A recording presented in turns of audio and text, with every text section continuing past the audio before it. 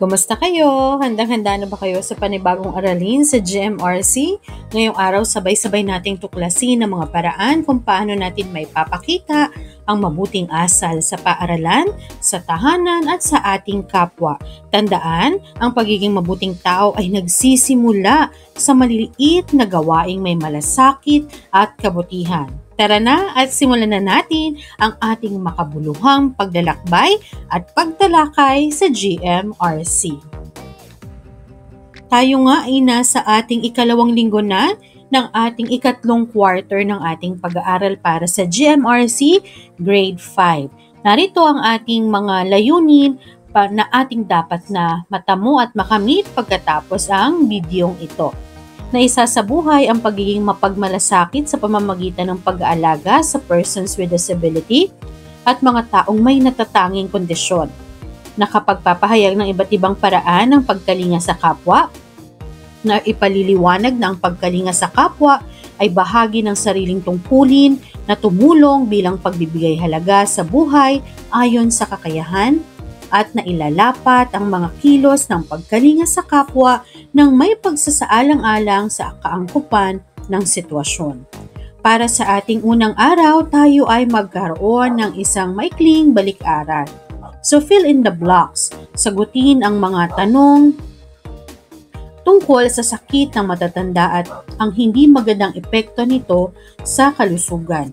Ayusin ang mga titik para malaman ang tamang sagot at ilagay ang tamang sagot sa kahon. So ito ang kalimitang sakit ng matatanda. Pero sa ngayon, hindi lang basta matanda. Lahat ng tao, anumang edad, ay maaring tamaan na ng ganitong klaseng kondisyon. Lalong-lalo na kung mahilig sa matatamis at medyo hindi ganoong kaaktibo ang kanilang lifestyle. Ano ang epekto nito sa kalusugan? At kapag hindi gumaling, maari ka maging ano? Kasi maraming komplikasyon ang sakit na ito. Hindi ka mismo sa sakit na ito magkakaroon ng, kumbaga, hindi mismo yung sakit na yon, no? Mismo yung magbibigay sa iyo ng karamdaman. Kung hindi yung mga komplikasyon na kaakibat nito. Yung komplikasyon yung magbibigay sa atin ng iba't ibang kondisyon na kapag hindi naagapan ay maaring makapagbigay sa atin ng hindi magandang o ng mas matinding karamdaman. Okay, ito nga ang ating sagot ay diabetes. Okay, ano ang epekto nito sa kalusugan? Matagal siyang gumaling. Actually, halos magiging parang lifetime na. Hindi naman, kumbaga, hindi kasi siya, ang tanging kasagutan dito, 'di ba? Ay kasi ang personally, no, ang nanay ko ay may diabetes. At talagang mula nung siya ay na-diagnose na may ganito dahil nga patuloy na tumataas yung sugar, ang dapat na labanan ay yung komplikasyon at i-check lagi. Hindi dapat mataas lagi ang sugar. Kasi kapag masyadong mataas, doon nagsisimula ang iba't ibang komplikasyon. At kapag hindi ito gumaling, no, maaring humantong na tayo ay magkaroon ng kapansanan. Ang bawat tao ay may kanya-kanyang kakayahan at katangian. May ilan sa atin na ipinanganak o nagkaroon ng kapansanan. O kaya naman ay may natatanging kondisyon na nangangailangan ng kaunting tulong at pag-unawa mula sa iba.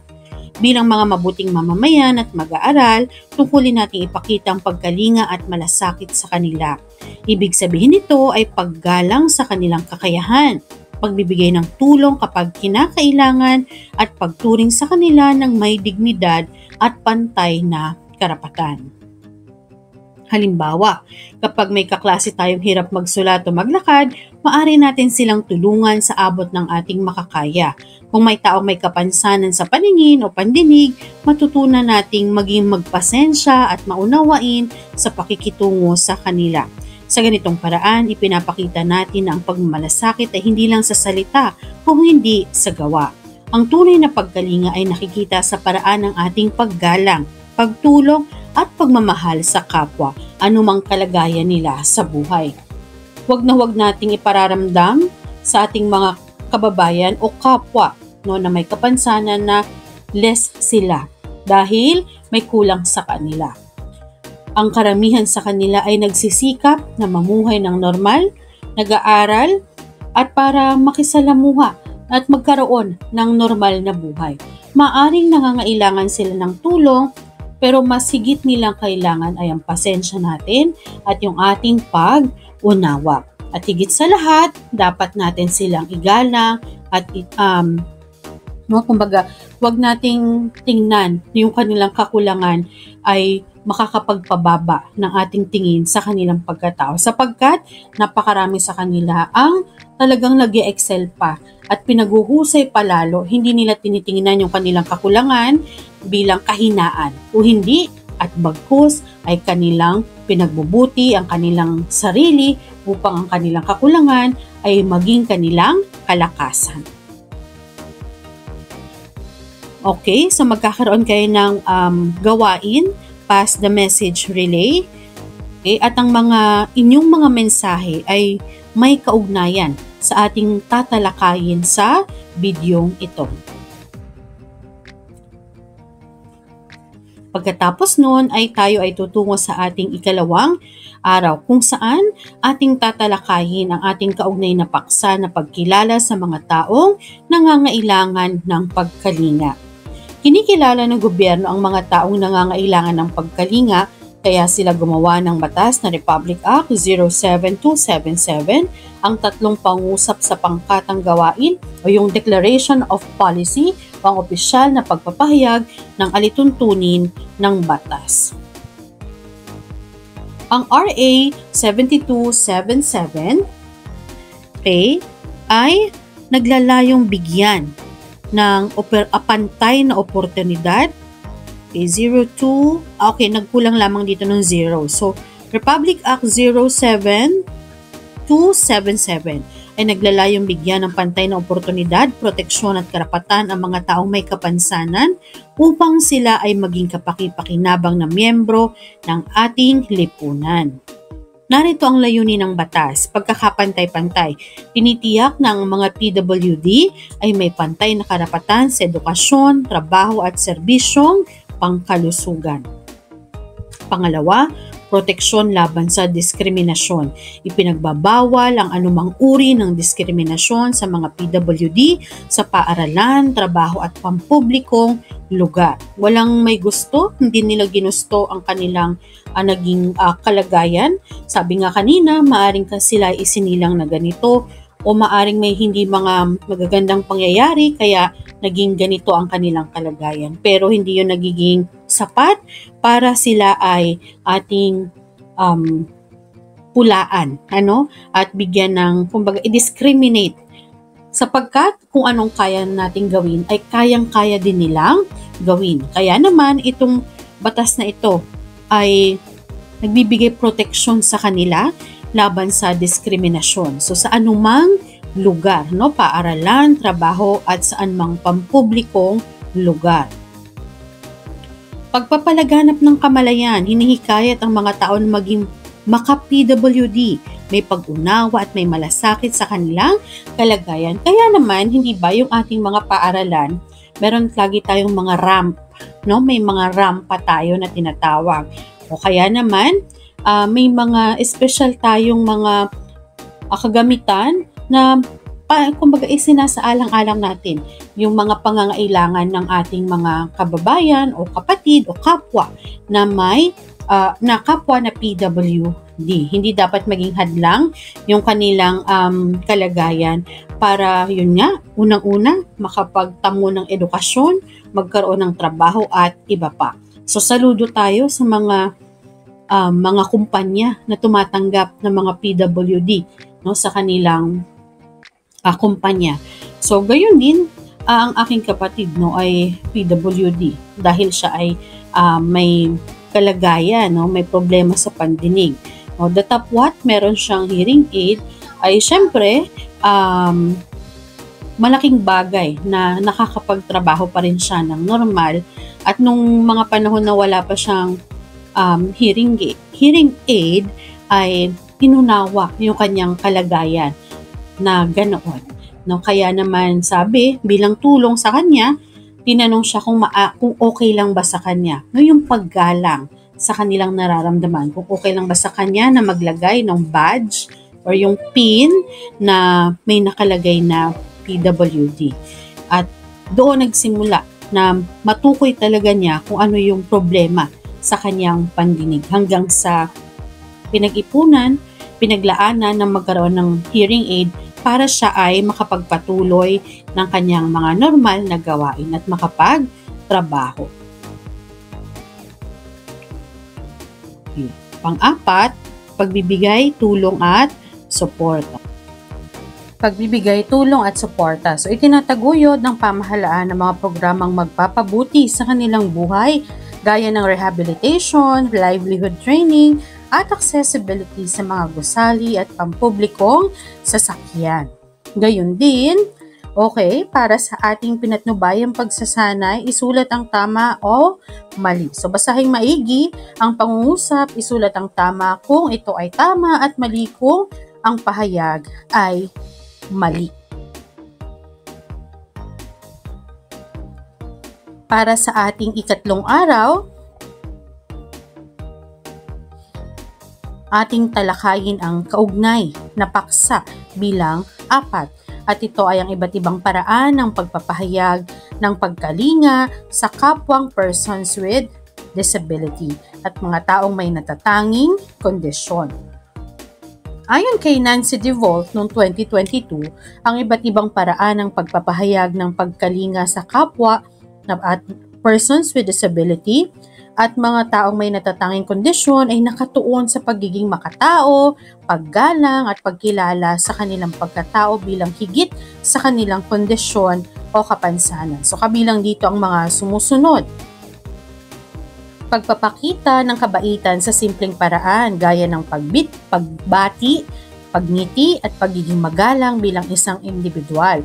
Paggamit ng person first language, ibig sabihin na inuuna ang tao bago ang kanyang kapansanan, gaya ng person with disability kaysa disabled person upang hindi mailagay ang kapansanan bilang pangunahing identidad. Sunod, pag-iwas sa labis na papuri o negatibong label na maaring magpatingkad lamang ng kanilang kapansanan at maaring makasakit o makapagpahiya sa kanila. Pagtanong muna bago tumulong upang hindi mapasobra ang tulong na maaring ikabawas ng kanilang sariling kakayahan at pagkakaroon ng kalayaan. Ibig sabihin, tanungin muna natin sila kung nais ba nila na sila ay tulungan o kaya naman nila. Sapagkat may mga kapatid tayo na PWD na kaya nila dalhin ang kanilang sarili. No, at kapag sinabi naman nila na kaya nila, hayaan natin sila. Kasi kumbaga kailangan, 'di ba, may mga minsan may hindi natin naiiwasan na syempre nagkakaroon sila ng pagbaba ng tingin sa kanilang sarili. So isang paraan para pataasin yung kanilang kumpiyansa ay ginagawa nila yung mga bagay na yung mga normal na ginagawa ng mga gaya natin na walang kapansanan. Kaya naman, magalang natin silang tanungin kung nangangailangan ba sila ng tulong o kung kaya naman nila ay pwede namang kaunting alalay na lamang ang ating ibigay sa kanila. Pagiging bukas sa mga teachable moments sa pagtuturo sa mga bata o iba pa tungkol sa kapansanan ng may simpleng paliwanag at pagnonormalisa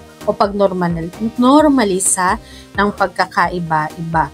Paggalang sa kanilang privacy at hindi pagiging intrusibo sa personal nilang buhay o kalagayan.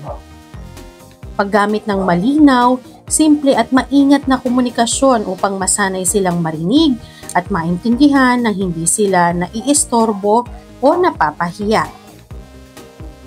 Para sa ating pinatnubayang pagsasanay, ganun din, tama o mali.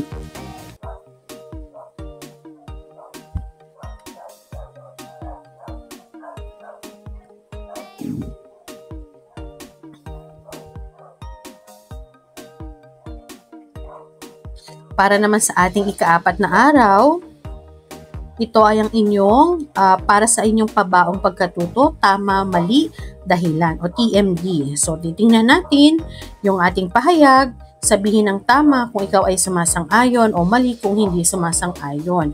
Kung ang sumusunod ay mga kilos na nagpapakita ng pagkalinga at pagmamalasakit sa mga taong may kapansanan o mga taong may natatanging kondisyon. At syempre, kailangan isulat ang dahilan kung bakit ito ang iyong kasagutan.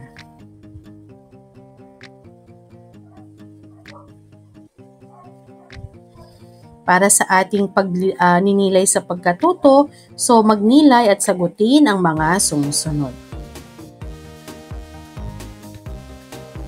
At para sa inyong pagsusulit, anong payo o mabuting asal o tamang gawain ang iyong sasabihin sa matalik na kaibigan kapag nakita mong ganito ang ginagawa niya? Markahan ang pagsasanay ayon sa rubrik na nakapaloob. So ginagawa ng matalikong kaibigan sa mga taong may kapansanan o mga taong may natatanging kondisyon.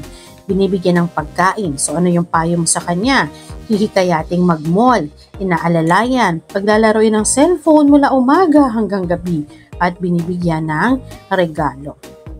At dito na nagwawakas ang ating aralin para sa GMRC Grade 5 para sa Week 2 ng Quarter 3 ng inyong mga aralin. Maraming salamat at ating alalahanin, igalang ang ating kapwa, itrato sila ng lagi, no? Huwag nating mawawala sa atin yung paggalang sa ating kapwa, no? May kapansanan man o wala. Maraming salamat at hanggang sa susunod nating aralin at mga video lesson sa GMRC.